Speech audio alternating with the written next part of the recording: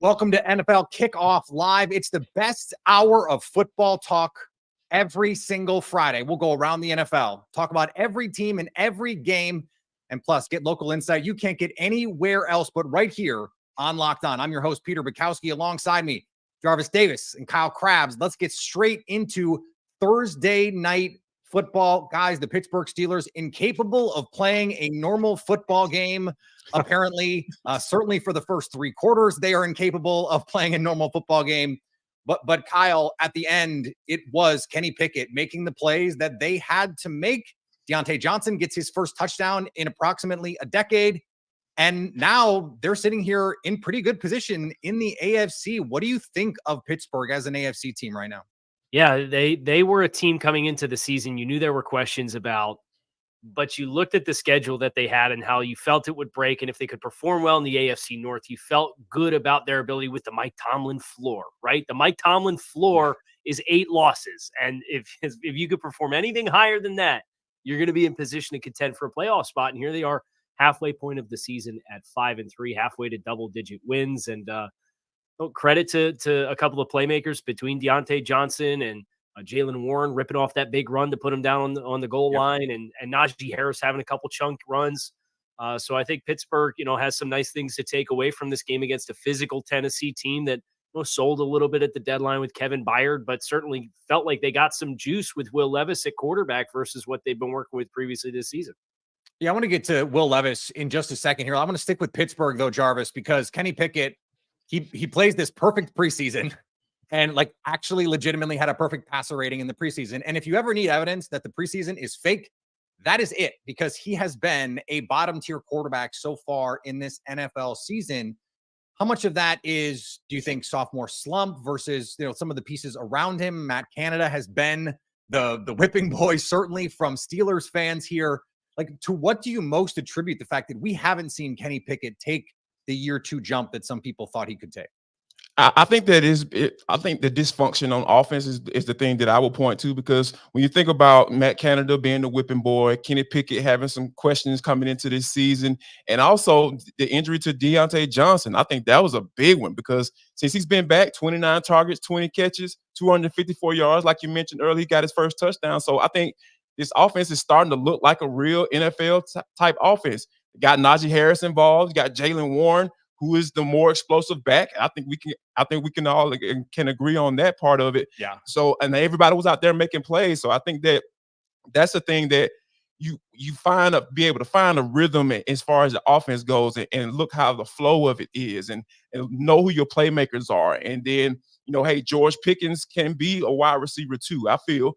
And with Deontay Johnson taking over that wide receiver 1 spot. So all those things kind of add up to, hey, they're getting healthy. And Matt Canada is starting to figure out, hey, I can actually call plays in this league and come up with a nice game plan to beat a team like the Tennessee Titans. So I think it all was a matter of timing and the dysfunction to start off. But now that you got some guys healthy and you're starting to figure out how to use those weapons all those weapons that you have on offense, I think that's the key to what we saw last night. Yeah, I was talking to a league source the other day about the Steelers offense, because I was like, I see some similarities with the Packers and some of the things that they're doing, the stagnant sets that you see. And he was like, yeah, that offense is as bad as you think it is. People within the league think that offense is as bad as you think it is. And they just have enough playmakers right now to overcome it. Kyle, you mentioned the floor, the Mike Tomlin floor. How much of that is this defense? We've been talking for almost 5 minutes about the Pittsburgh Steelers, and we haven't mentioned the name TJ Watt. Yep. Alex Highsmith had 2 sacks in this game. It seems like we're just that's just a given that the defense is going to be really, really good. But they are one of the few defenses we see every week change football games with the plays that they make. Yeah, their front seven is something spectacular. And I think you saw some of the miscommunications without Minkah Fitzpatrick, who didn't play. He had the hamstring injury. And We could talk about Tennessee and the first half and how the script played out. But when they did get to Will Levis, it was that pressure off the edge, and Cam Hayward comes back. That's a huge boost for them. So kind of the exchange of, you lose one blue chip player, you get another one back. Cam Hayward's one of the better interior defensive linemen in football. And it just allows them to dictate terms. And when you're going against a team like Tennessee, who wants to big boy people and run the ball and play games close to the vest, when you got to drop back, when you don't stay on schedule, those guys can hunt. And they got after him rushing the passer, especially down the stretch. You could tell the passing game for Tennessee was much less comfortable in the second half of that football game. And Watt himself is somebody who changes the game plan for how you come into every week when you try to play Pittsburgh. So, if you're not going to score 24 plus points, you're probably going to be in a one possession game late in the game. And you better hope the ball doesn't bounce the other team's way, because if it does, then Pittsburgh's probably going to walk out of there with a win and a closely fought victory. Yeah, the ball has bounced their way. They are a little bit the 2022 Vikings, where they're just winning all these one-score games. All the underlying metrics say, they're not a very good team. And yet, it's not going to matter if they win 10 or 11 games, because they're going to go to the playoffs. Jarvis, I want to flip this with Tennessee, because Will Levis has been one of the bright spot stories so far in this season for this Tennessee offense. There was that scary hit from Treylon Burks that has to be carted off the field. Derrick Henry doesn't look quite the same, but Will Levis looks like he is a shot in the arm for this team right now. You're in SEC country, and there are plenty. If you ask college football fans, they're like, you guys are really hype about Will Levis. So how surprised are you that he's looked this good through 2 games? To be honest with you, I was a guy that was like, Will Levis, all right, cool. All right, Kentucky, all right, whatever. Yeah. But like in the last, because I got a chance to get a really good look at him against the Falcons last week. And when you think about like the type of throws, the ball just jumps off his arm, and it's almost like a flick of a wrist, and he's throwing the ball like 40 yards down the field right on time. And just the type of throws that he was making, specifically in that drive, like going into halftime, and where they end up getting that field goal to Phillips, like that throw, like right inside the numbers, right on the hash, like that. Those type of things, you don't really see guys coming in making those type of throws. So the guy has arm talent, and it is special, and not necessarily. I mean, a lot of times when you hear that, you think guys can throw the ball like 70 yards. Now granted, he can throw it, he can sling it, but I'm talking about being able to throw it downfield and put it on time, because you see his wide receivers most of the time when he's throwing the ball down the field, all you just seeing is they're doing a simple sticking their hands out, and the ball's right there in their breadbasket. So those are the type of things that you look for when you talk about a rookie quarterback, and I think he's played well enough to where they shouldn't even be thinking about Ryan Tannehill at this moment. It's over for me. Kyle, do you feel the same way? I do. And one thing that I don't want to get lost in this game is Tennessee. Jarvis talked about that 2-minute offense drive. They take over with like 1:37 left, and they have a chance to go down the field.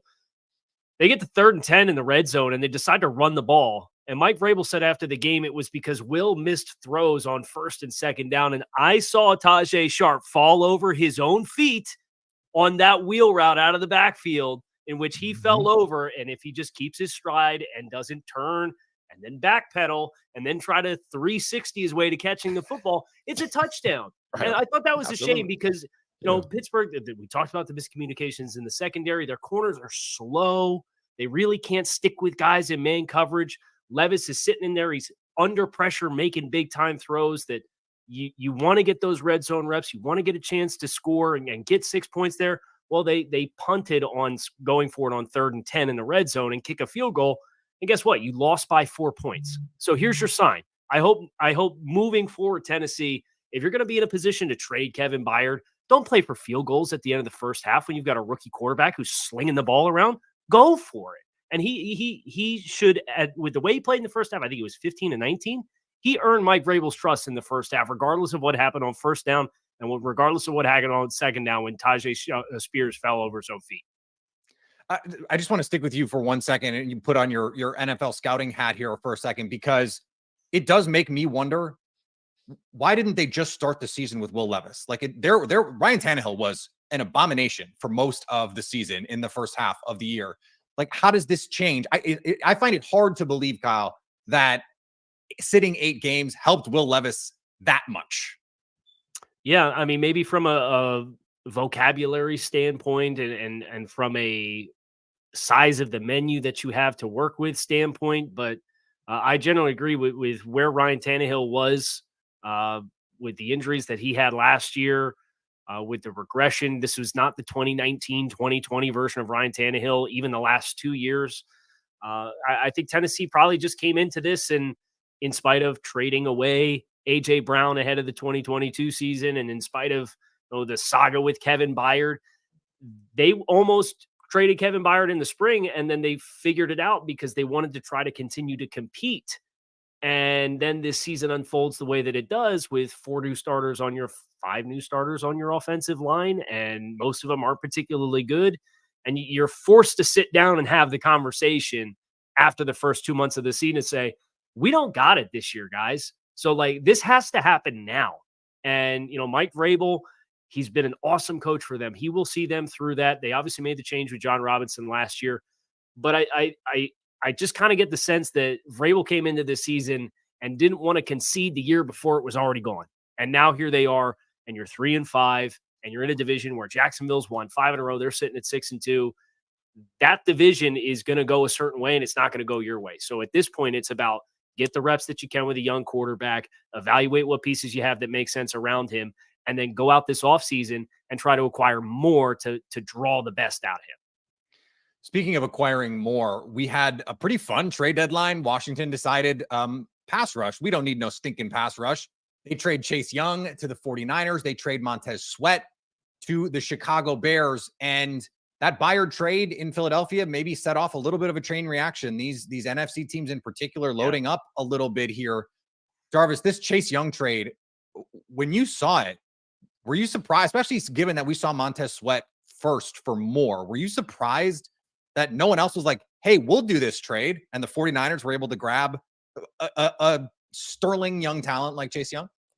To be honest with you, I really wasn't, because, being down here in Atlanta, where we just are clamoring for somebody who can rush the passer consistently on 3rd and long, like when Chase Young is on the field, he's a special talent. He's an exceptional talent, but he's not on the field that much. So I think that I wasn't too shocked that he actually went for a lower pick than Montez Sweat, because Montez Sweat, he stays on the field and he's pretty consistent. And I feel like there is some room for growth for him as far as rushing the passer on 3rd down. So for me, I wasn't too surprised by it, but I'm definitely not surprised by San Francisco making the move, because that's one thing that I admire about the 49ers as an organization. They value guys up front. They understand how to build a team, how to have a foundation to say, you know what? We don't care what our back end of our defense looks like. We're going to have guys who can get after it, and they're going to overwhelm your offensive line time in and time out. So you better not become one-dimensional, or we're going to break you. And that's what the San Francisco 49ers have done, and that's what they're going to continue to do, because those guys just load up, and I'm just sitting back like, yeah, man, let's keep on doing it, because that's exactly how you're supposed to do it. Yeah, to your point, Jarvis, 15 games his rookie season for Chase Young, 17 games in the 3 seasons since then. That is just not a reliable play. For as good as he's been this year, 5 sacks this year, top 20 in pressure rate, all those things. Kyle, quickly here before we have to go to a break, another team that builds through the trenches, the Philadelphia Eagles. And I guess in a way you could say their trade deadline move was Kevin Byard. And if you want to add like Jalen Carter, because that was the steal of the draft in this one. But were you surprised they didn't try to do a little more, especially, by the way, after their defense gave up 31 to Sam Howell and company? Yeah, and Washington performed pretty well against them the first time they played this season too. So divisional games always get weird, right? Case in point, the Denver Broncos scored 24 points and beat the Kansas City Chiefs by 2 touchdowns in week 8 as well. So you just never know with divisional games. But for Philly, as somebody whose team played Philly in the last 3 weeks and just had a wave after wave after wave of pass rushers and defensive line talent, I think that is the best defensive line in football without an acquisition at the deadline. So I know they've had some guys banged up. Jordan Davis has been a little banged up. Jalen Carter missed a game here. Milton Williams a little banged up. They get all these guys back and healthy, and they kind of tread water and get everybody aligned late in the season, which it feels like that's what a lot of the top end teams that are dealing with injuries right now. It's like, let's just get through, weather the storm, and then we'll get to December, and we're going to try and sync everybody up and be ready to go. Between Hassan Reddick, Josh Sweat, Brandon Graham, Fletcher Cox, who I didn't even mention the first time through, Jordan Davis, Jalen Carter, Milton, like they are so loaded up front. If you would have gone out and got a linebacker, maybe I think he probably could have justified it, but I think they have enough to work with. And then Byard on the back end allows you to do more structurally in the back seven to compensate if you have issues at linebacker too. Well, it's almost time for our game of the week, and it is the rare Europe game, a Germany game that is actually the game of the week. And we might just already have someone on the dais who knows a thing or two about one of those teams. That's coming up in just a second on our Locked On NFL Kickoff Live.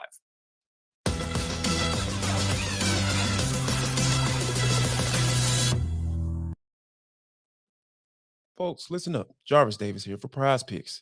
This episode of NFL Kickoff Live Show is brought to you by Prize Picks. PrizePicks.com/LockedOnNFL. PrizePicks.com/LockedOnNFL. That is the website that you need to go to right now because this is the most fun I've been having, winning up to 25 times my money this football season. You just select 2 or more players, pick more or less on the projected stats, and place your entry. It's just that simple, guys. I've been testing my skills on Prize Picks this football season because it's the best way to play daily fantasy sports. You don't have to wait for it to the end of the season, go collect your money, and then next thing you know, the guy don't want to pay up and all that good stuff. You ain't got to worry about all that.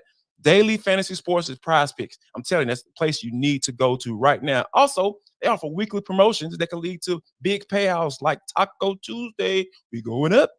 Each Tuesday, Prize Pick discounts select player projections up to 25% to provide even more value. So if you haven't gone to the website, what the heck are you waiting on? I'm literally looking at you at that keyboard right now. Start typing prizepicks.com/LockedOnNFL. So go to prizepicks.com/LockedOnNFL and use code LockedOnNFL for a first deposit match up to $100.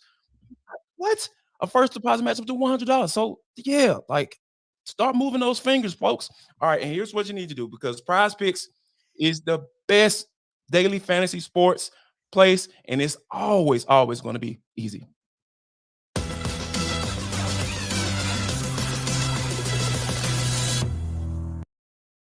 We're back with you, NFL Kickoff Live on the Locked On Podcast Network. And you're going to have to get that coffee brewing a little bit earlier on Sunday because we've got a Germany game. It's Dolphins, it's Chiefs. Kansas City Chiefs, 1.5-point favorites, according to our friends at FanDuel. Kyle Krabs just happens to be the man when it comes to the Miami Dolphins for our Locked On Dolphins show. Kyle, this would be the game of the week, even if it weren't the standalone game in the morning. I can't imagine that you will have any problems getting up for this one. How do you handicap this matchup? My troubles are going to be going to sleep on Saturday night for a game like this. I'm pumped for this football game. I think it's going to be a lot of fun. The focus for Kansas City is you lost an ugly football game and turned the ball over 5 times against a lowly Denver Broncos team, if we're being honest. We've already conceded that divisional games kind of get weird from time to time. Pat Mahomes plays with the flu, road game. It snowed before the game. How much did that weigh into it? And then for Miami, everybody points to their record at 6-2 and says, well, they've played 2 teams with winning records at this stage, and they lost them both, one by 28 points and the other by 14. I think they represented themselves better against Philadelphia. I think the key storyline for Miami coming in, Teron Armstead had his 21-day activation window off of injured reserve started, and he practiced all week. I would expect Teron Armstead to play. I would expect him to be activated and play. The 2 games that they played against teams that are plus 500, starting center Connor Williams missed. He is expected to play. Xavier Howard didn't play against the Eagles. Jalen Ramsey didn't play against the Eagles. They're both expected to play. Ramsey made his season debut and had an interception against the Patriots. So it's Miami we just talked about with Philadelphia and some of their bumps and bruises on the defensive line. This is another team that is kind of syncing everything up, trying to get the players right for the stretch run for playoff positioning. And obviously you have a game before your bye where you get to play Kansas City, and they're going to be motivated offensively to get things going. I'm fascinated by the matchup with the offensive tackles from Kansas City with Jawan Taylor and Donovan Smith. Thank you. Versus Bradley Chubb, who's played against this offense quite a few times in Denver, Jalen Phillips, who came back. And then when Kansas City when Kansas City's on defense, Nick Bolton is on IR. And then another linebacker, Willie Gay, may not play in this game with a lower back issue. So with Miami, with the shifts and the motions and the miscommunications, there's a chance for them when they get their reinforcements on the offensive line to really reignite the run game and get this thing going. So there's interesting stories on both sides. Jarvis, this is one of those teams, the Kansas City Chiefs, that just feels like if they play bad one week, they're not going to play bad 2 weeks in a row. If you're the Dolphins, if you're a Dolphins fan, especially, are you kind of like, dang, I kind of wish they had won last week. Like, I kind of wish they beat the Broncos by 20, because the Chiefs are also a team that will just sleepwalk through a game. We just saw them do it. It just seems like they're probably not going to do it 2 weeks in a row, right? Yeah, that's kind of where I'm at with it, because like we talk about, the Dolphins being 0-2, 18, they only scored 18.5 points, average 18.5 points against a team that they're 0-2 against with a winning record. So those are some of the things that I feel like are going to come into play. Like, because I heard someone, who referenced Patrick Mahomes as Michael Jordan, right? Like, when you think about that, like that, it applies very well. And when you're talking about, him, obviously wasn't feeling well last week, but coming into this game and coming off a loss, offense only put up 9 points. Like, it seems like it's just measuring up to be one of those type of games where it's saying, okay, for all you people who thought we were down and out for 1 week in the NFL, when, hey, you talk about divisional games, it's a divisional matchup, anything can happen. No, we're here. And I think that this offense is definitely going to get it together. And I think it all starts with the running game, because, I talked about on this show, Peter, time and time again, like, everybody gets all fascinated with the pass and all that stuff. And I get it. Those numbers look really sexy on paper, but it's all about balance and getting Isaiah Pacheco involved in this game. I think that's going to go a long way with them, with having Michael Jordan with the ball in his hands. If it's close in the end, like, yeah, I'm putting my money on Patrick Mahomes at the end of the day. Jarvis, how would it change your opinion if you knew whether or not Taylor Swift was going to be there? Travis Kelce numbers are going to be inflated. It seems like every game that she attends, Travis Kelce just goes off. And, of course, when you have a little motivation, you got your sweet thing up there in the press box with mom kicking and everything. Like, you want to put on a good show. So I feel like if Taylor Swift is there, oh my gosh, better watch out, Travis Kelce. I hope you have him on your fantasy team, because it's go time, and he's about to go off. He was already talking a little trash too. Like, hey man, we're gonna get it together. We're good to go. So yeah, be careful or watch out, Miami Dolphins defense, if Taylor Swift is there, and the Swifties, because we know they're going to be in full effect. Absolutely. Speaking of big brands and superstars, the Dallas Cowboys are trying to remain in the conversation for the top teams in the NFC this week. They get their divisional rival and the class of the NFC right now, the Philadelphia Eagles. How does this one shake out? Our Locked On Eagles host, Gino Camilleri, and our Locked On Cowboys host, Marcus Mosher, break it down.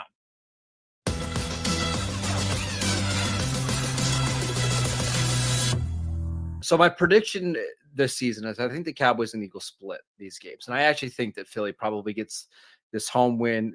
It's an afternoon game. That crowd is going to be rocking, right? Mm-hmm. But I do think this game is more important for the Cowboys, and not for seeding purposes. If you ask me today, I still think Philadelphia wins the division, and I think Philadelphia ends up being the number 1 seed. But I think there's a scenario where if the Cowboys win this game, and even if they don't win the division, they feel really good about their chances in the playoffs. I think that 49ers game rocked them a little bit. I think it took away some of their confidence, just not being able to compete with the 49ers at all. If they win this game, I think it changes the trajectory of the season. I think all of a sudden they really believe we get in the playoffs and we get matched up with Philadelphia, we're going to be fine, whether it's at home or on the road. If they lose, I wonder, none of the wheels are going to fall off, but if it's like, okay, same story as last year, we're going to be 12-5. We're going to probably have to play on the road in round 1, and that's probably as far as we'll go after winning that game. So I kind of think it's a bigger game for the Cowboys, but I think I'm going to predict the Eagles to win this one. I think the split is always safe, and these teams end up always flopping. Like, if it's the Eagles winning in Dallas, it'll be Dallas winning in Philly, and it's just one of those things that they're so evenly matched, and they know each other so well. That's why you always have to say throw out the record books, right? Yeah. And to your point about it being a very important game for Dallas, I mean, how big is that in the grand scheme of the NFC, with Seattle having 5 wins and Detroit just getting their 6th win and San Fran being as good as they are? It's a lot better than I think most people had expected. And if the Eagles can get that win, I think for them, it's just business as usual. But if they lose, and If it's close, I think all things considered, it's an NFC matchup, NFC East matchup. You were close with Washington twice. Yeah, you'll get over it. But if the Eagles don't show up in the middle of the afternoon, right before their bye week, it's almost summer vacations on the horizon and we can get healthier. Like, let's throw everything at them. That's a real wake-up call for who you are as a football team. And there have been questions at times. I mean, they've had slow starts and they've had sloppy stretches of play. They haven't been this perfect team that I think a lot of us were accustomed to in 2022.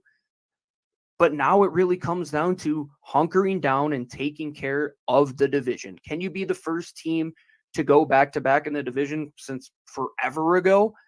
It's going to have to come down to this game. Because like I said, I keep going back to it. The Eagles don't play next week. To have the opportunity to give Dallas the chance to make up 2 games over the next 14 days is not something you want. As Nick Sirianni being the head coach, you don't want the media to start asking questions for the next 2 weeks. Not us here at Locked On Eagles, but the talking heads in Philadelphia. Sure. Yeah, it'll get really messy.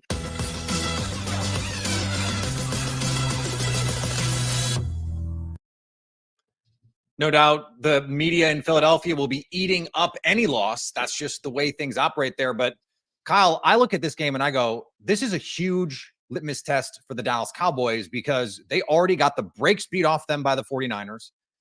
When was the last time they won a big game? When was the last time Dak Prescott played great in a big game? Was it at Mississippi State? That's a separate question. So to me, I feel like all of the pressure for this game is on Dallas to say, no, we're actually one of the big dogs in the NFC. Yeah, I think Dallas at the very least has to represent themselves very well. And I still look at this Dallas team, and they had a really impressive win against the Rams last week, and Matt Stafford gets banged up.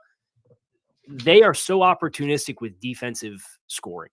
They have 5 touchdowns between defense and special teams thus far this season at the halfway point.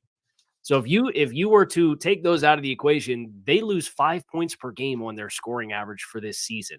So as I look at the game, in line with what you're talking about with Dak Prescott and big performances and them trying to find their rhythm and get another contributor in the passing game that's not CeeDee Lamb, this Philly team just does not feel like an ideal place to have to go play a football game and do that. Now, maybe with the infusion of Kevin Byard, there's miscommunications, there's coverage breakdowns, and I know Dallas has a really good offensive line in their own right, but I just don't know that they have enough juice to really keep pace if Philly's really able to get after Dallas. And I expect Philly to be physical up front and run the ball. You know, Micah Parsons, for as dynamic as he is, he's not the biggest guy. And you know, they have Leighton Vander Esch on IR right now for Dallas as well. And they've got opportunistic ball hawks in the secondary. You got Jalen Hurts, who can run the ball with the quarterback run game. I think there's much more questions for Dallas, and I think their margin for victory as a result is significantly more narrow. Jarvis, the flip side of this for Philadelphia is, I'm not compelled by that. There's pressure on them. They don't want to answer questions for 2 weeks. No one wants to lose and answer questions for 2 weeks in any game. But it does seem like they have an opportunity here to say, all right, the 49ers, Brock Purdy has looked human the last couple of weeks.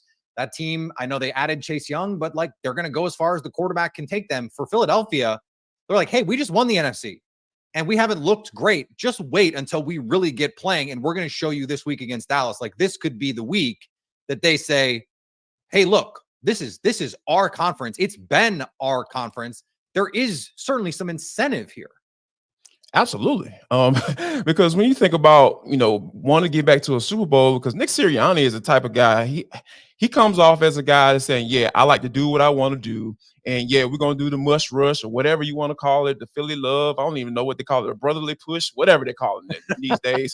Like they want to say, hey, we're going to be able to put our stamp on this particular game, I feel, and just step on the Cowboys and make fun of them like we normally do, because we know that, like you mentioned, Dak Prescott, like my father has been a lifelong Cowboys fan for some strange reason.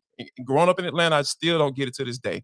And I was having a conversation when he was like, yeah, the Cowboys going to do their thing. I was like, yeah, you really believe that? Like, I mean, I know you really believe that because you're a delusional Cowboys fan, but like, do you really see that happening? And I just don't see that happening in this particular game, because I had a good feeling And we talked about on the show last week, I had a good feeling that the Cowboys were going to come out and beat the Rams. I didn't think they're going to beat them like that, put a 40-piece up on them. I didn't think they were going to do like that. But they did exactly what I thought they would do in a game that, it doesn't really necessarily mean too much. And yeah, those are games that Dak Prescott shines, right?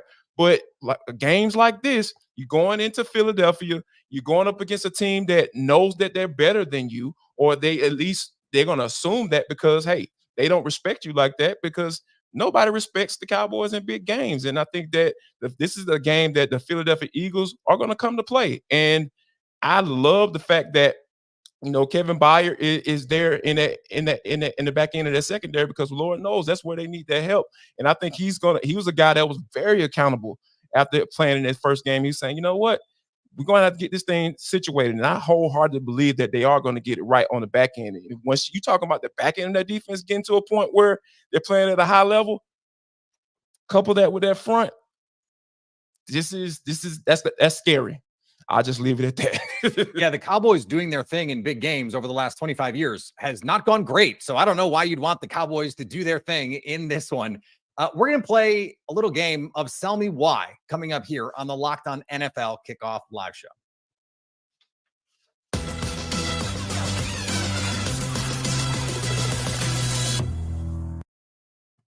DoorDash, folks.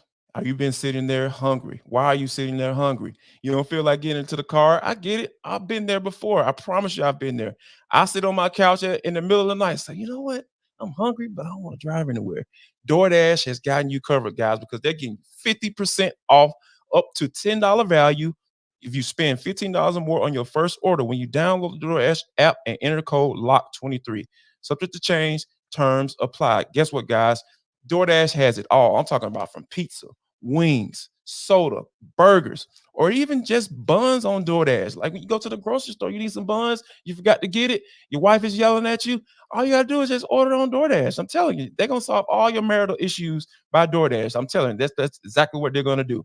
And you can get it all delivered without missing the game. That is the most important part because we're all football heads. We all are suckers for some NFL football. So you need to be nourished while you're sitting there enjoying your team, unless you're a Cowboys fan.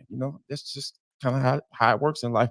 So score football season's best deals on groceries, restaurants, retail, and much, much more. And you're going to get 50% off up to a $10 value when you spend $15 or more on your first order. When you download the DoorDash app and enter code LOCK23. That's code LOCK23, LOCKED, 23. Subject to change. Terms apply.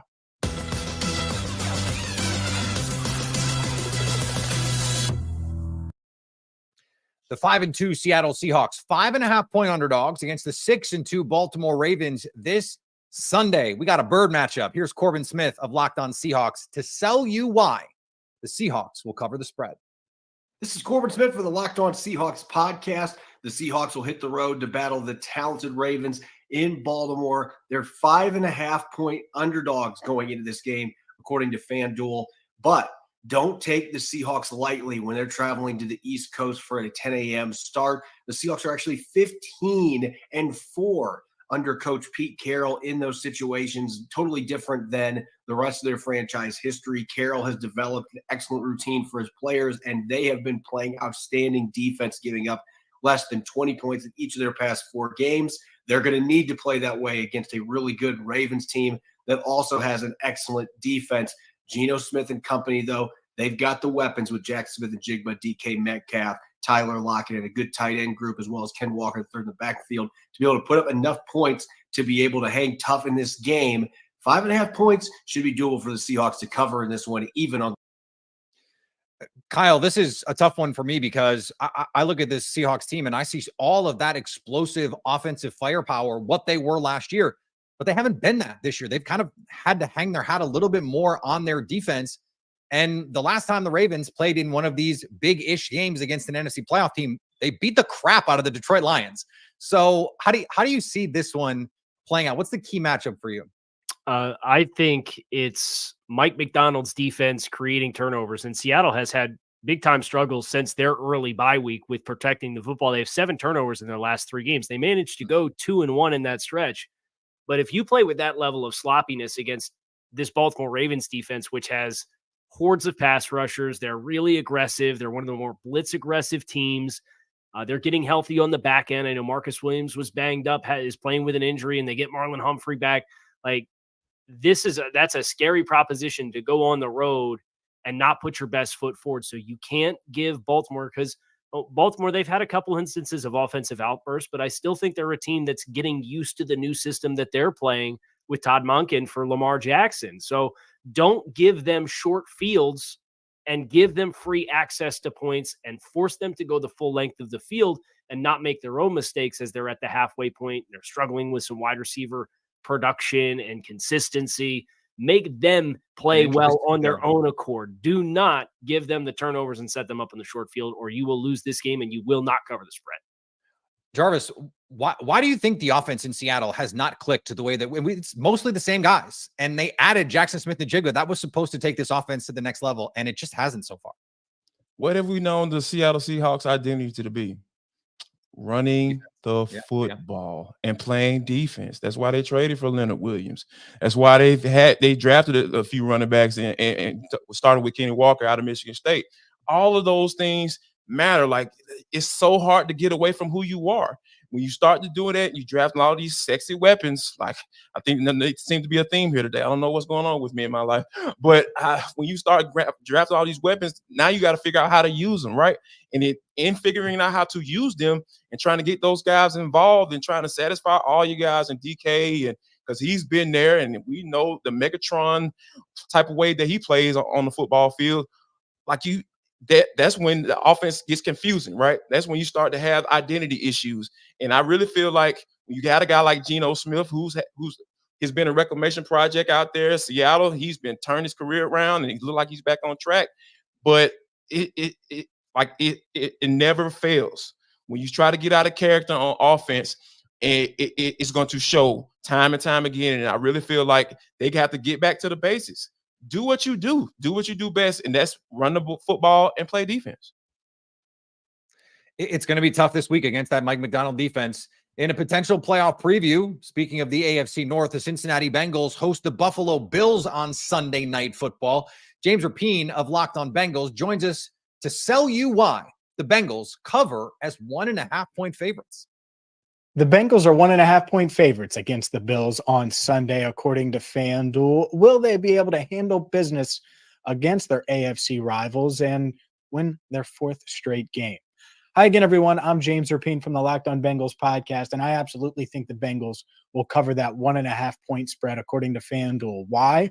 Well, let's start with QB1. Joe Burrow is officially healthy. He is back, ran for 43 yards last week, was making great movement in the pocket, moving around like we're used to him seeing, completed 28 of 32 passes for 283 yards.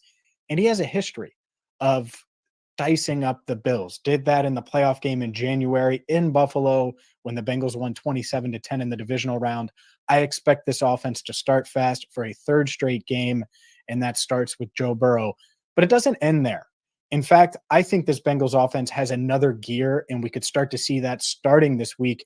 First off, the offensive line had a really good day against the San Francisco 49ers. Part of that has to do with Burrow being able to move around. I think they're coming into their own. I think this offense as well, with T. Higgins and Tyler Boyd, Joe Mixon, all of these other weapons around Burrow and Jamar Chase, they're coming into their own as well. And defensively, they continue to force turnovers, get big stops in crucial moments. That's been a theme over the past month or so, certainly during this Bengals 3-game winning streak. I think they'll keep it alive, win their fourth straight game, and get their first AFC win of the season. This could be a high-scoring game. I like the Bengals to cover the 1.5 points. For more on this matchup, make sure you check out the Locked On Bengals podcast, part of the Locked On Podcast Network. Yeah, Kyle, the over-under in this game is 50.5, according to our friends at FanDuel. I don't know who I like to win this game. I know that I like that one. I like the over in this one. Is it just as simple as Joe Burrow is healthy, so the Bengals are fixed? It certainly feels that way. I think the defense is playing better as well. You know, James talked about the turnovers that they've been able to create the last couple of weeks. But I think specifically about the matchup against the Bills, and injuries are really looming large for Buffalo, that you don't love what they have to work with Daquan Jones being replaced with Jordan Phillips on the interior as the primary player stepping into that spot. There's a reason they went out to the free agent bin and got Linval Joseph this week and added him to the mix. There's a reason why they traded a 3rd-round pick to the Packers for Rasul Douglas, because Trey White's down with an Achilles tear, and Kyer Elam seemingly can't be dressing in spite of being a 1st-round pick in last year's NFL draft. So they got Christian Benford, Dane Jackson. They're really hurting on the back end. Matt Milano, the quarterback of that defense, is down. Tyrell Dodson has been a good player, but they don't have another player. He was supposed to be the de facto 2 linebacker because they run base nickel.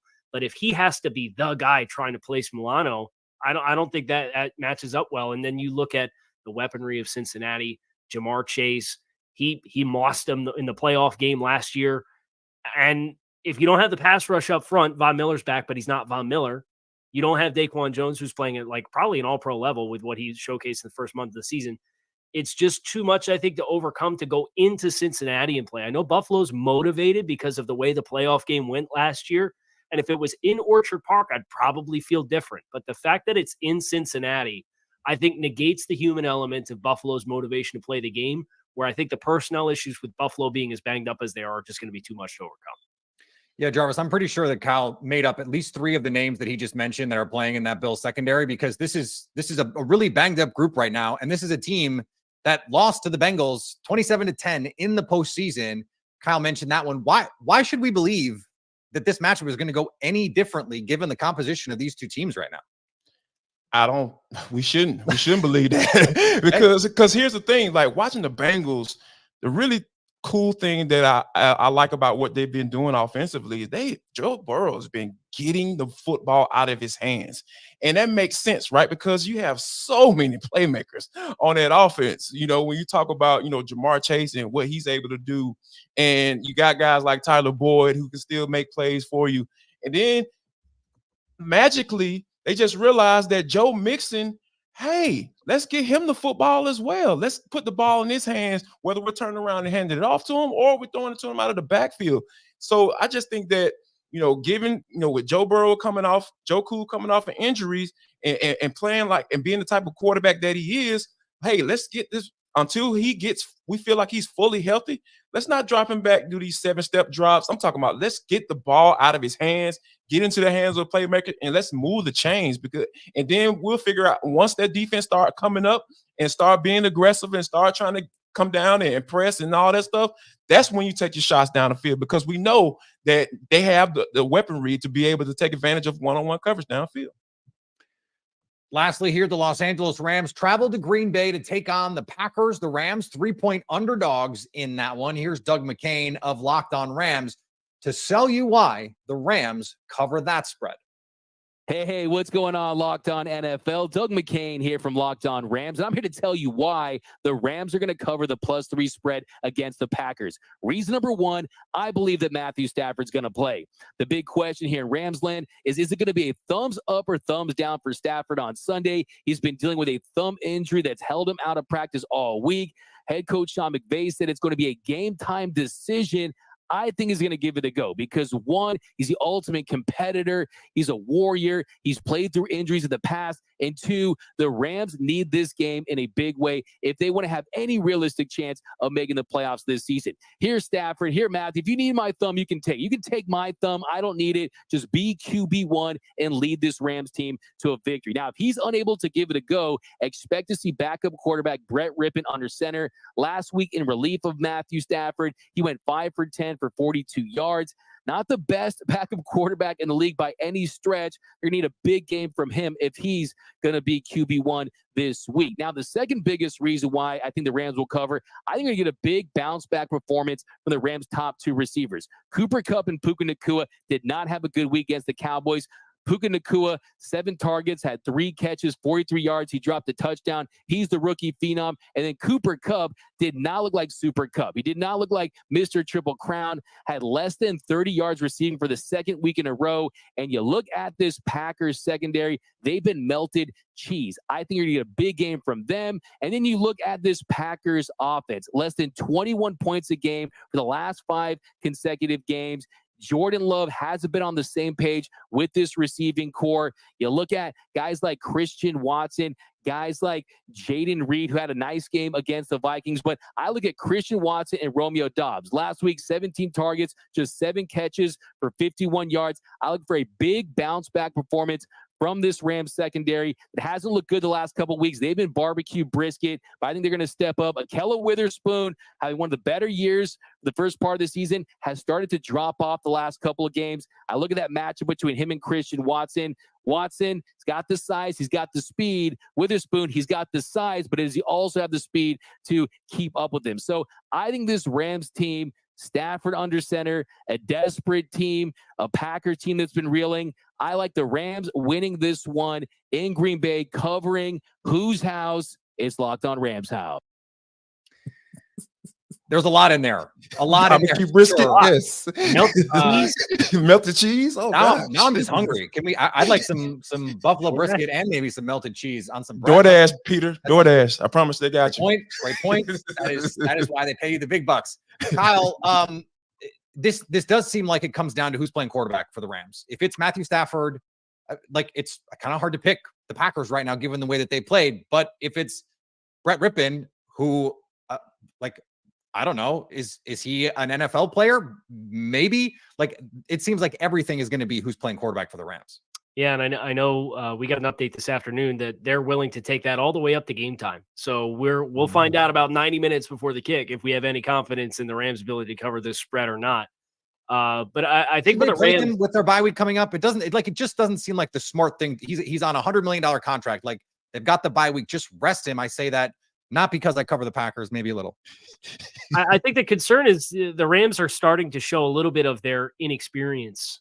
They're so young in so many places, and they're 1-3 in their last 4 football games, and they've been very inconsistent. They haven't played complementary football. You get one side of the ball that shows up, the other side of the ball doesn't show up for you.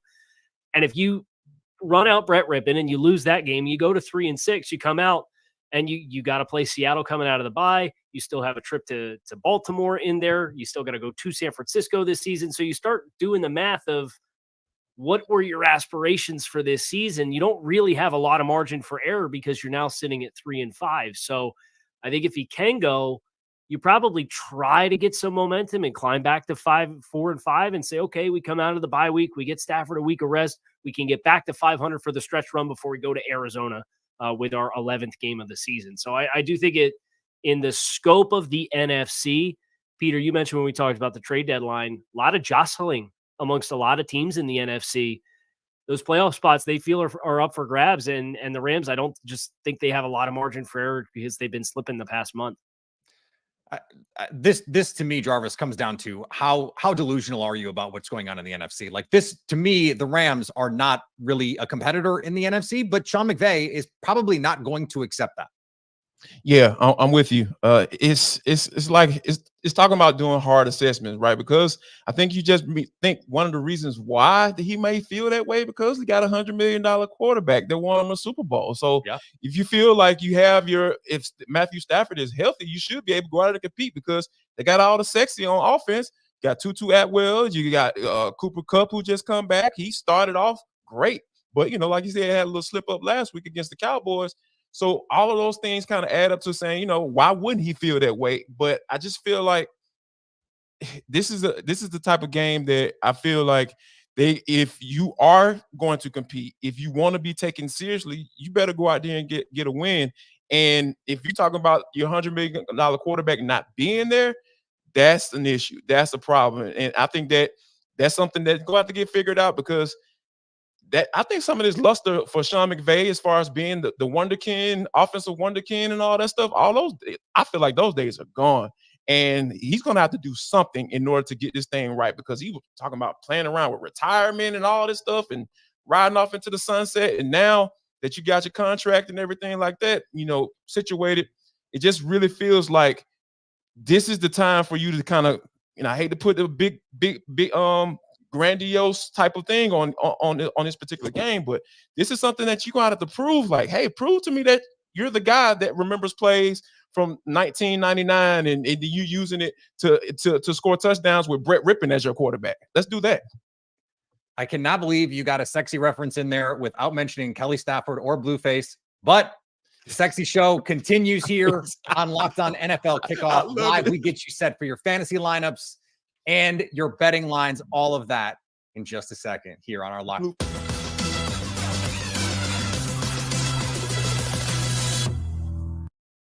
Guess what, guys? Jarvis Davis here for Prize Picks. This episode of the NFL Kickoff Live Show is brought to you by prizepicks.com/NFL. Yes, you need to go to that website. If you didn't go to it earlier on, what the heck are you waiting on? Why are you tripping? I need you to go here because this is daily fantasy sports made easy. I've been having the time of my life, winning up to 25 times my money this football season.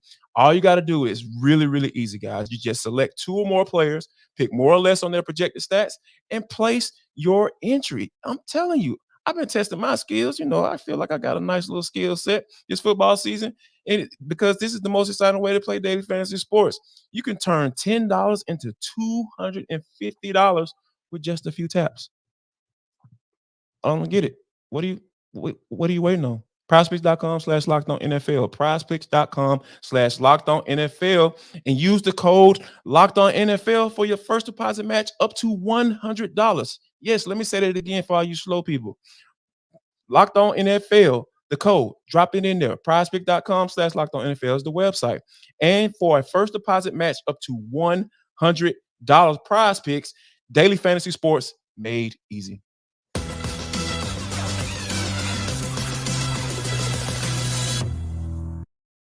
All right, which player should we be getting into our fantasy lineups this week? Locked On Fantasy Football host Michelle Majuk gives us her top 3 players we need to start for Week 9.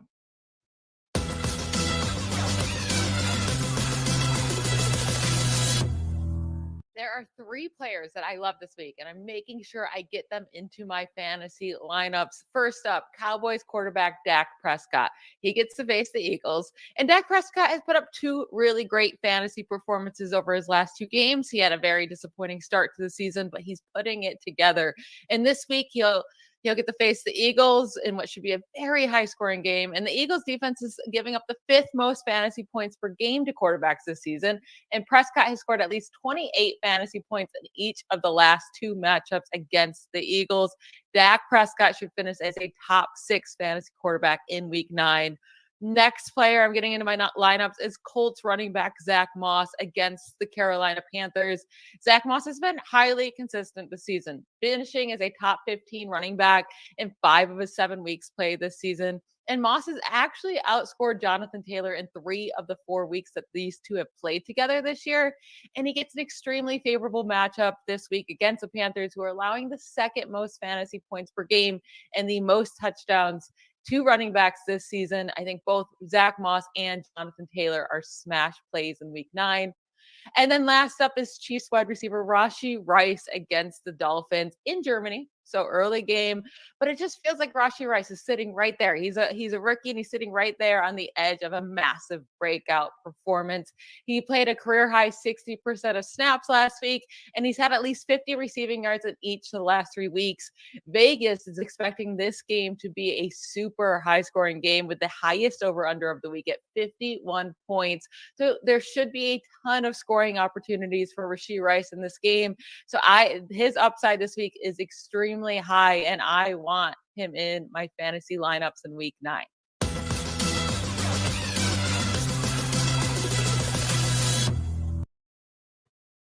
A lot of fun games on the slate this week. We've talked about some of them. Guys, I want to talk about where you think the betting angles are on this. We already talked a little bit about Bengals Bills. We all seem to like the over in that one, 50.5.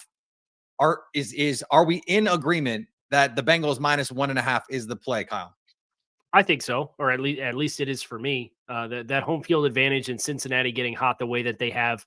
Oh, Buffalo even winning the last 2 weeks against the New York Giants and the Tampa Bay Buccaneers. It's been like pulling teeth at times, and they're kind of dealing with their own personnel issues with Dawson Knox out and elevating Dalton Kincaid, their first round pick, into a higher role, and trying to get consistency going with anybody that's not just throwing the ball to Stephon Diggs. Josh Allen working with an injury this week in practice. So I just think there's enough here that Cincinnati feels like they are red hot. It feels like they have their momentum rolling, and Buffalo is kind of start, stop. You got to go on the road and play in an environment like Cincinnati. With that small of a spread, I'm definitely taking Cincinnati -1.5. Jarvis, are you feeling the same way? Absolutely. Yeah, like I said, the way this Bengals offense has been playing these last few weeks, I really feel like this is one of those games where we're gonna see Joe Cool come out. And that's why I feel like a 1.5 point spread. Oh man, at home, yeah, that's easy money right there.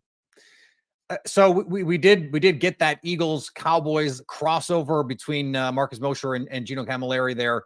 It seems like the Eagles are the consensus on the dais right now. Eagles -3.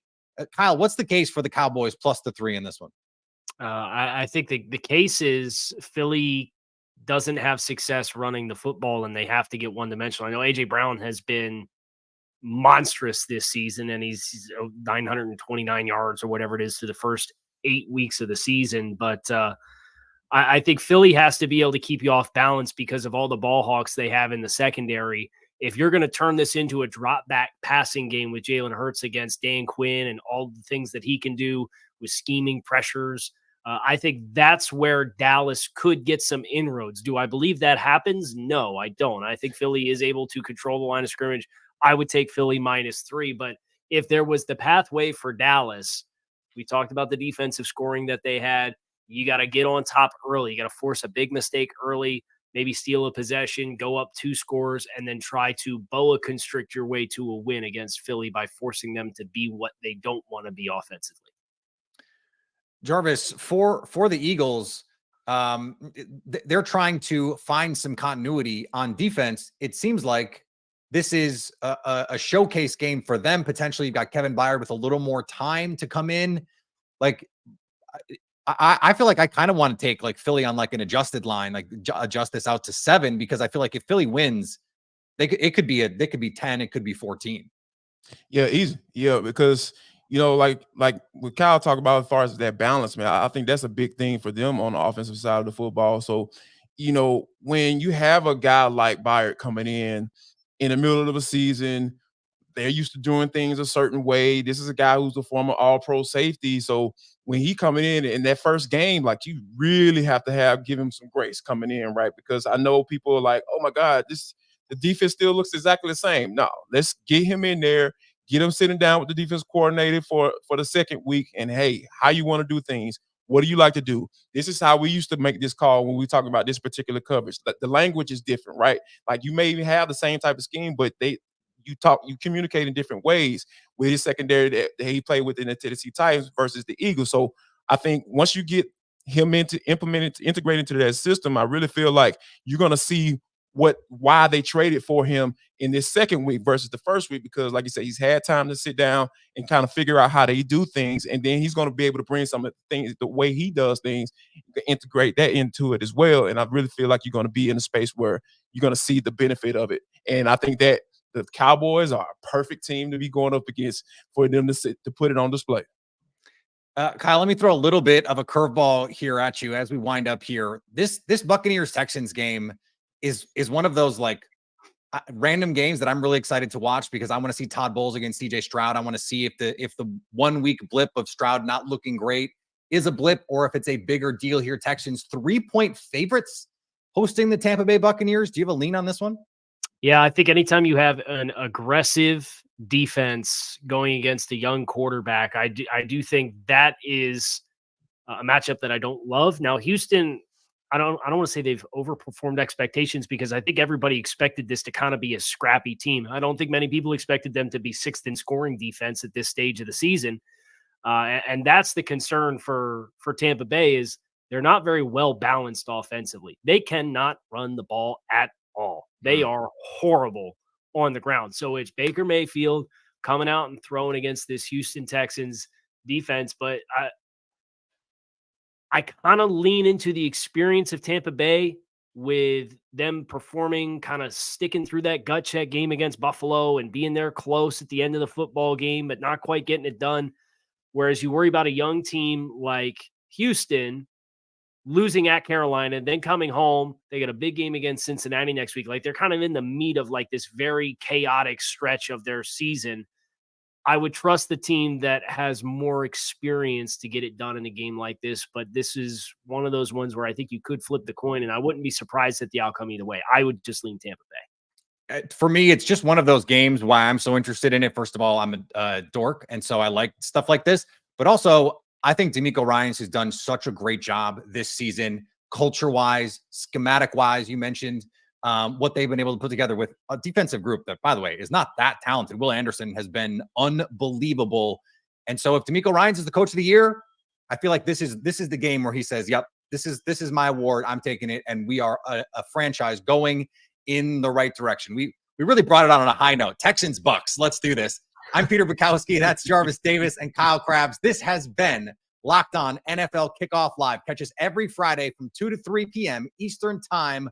Part of the Locked On Podcast Network, your team every day.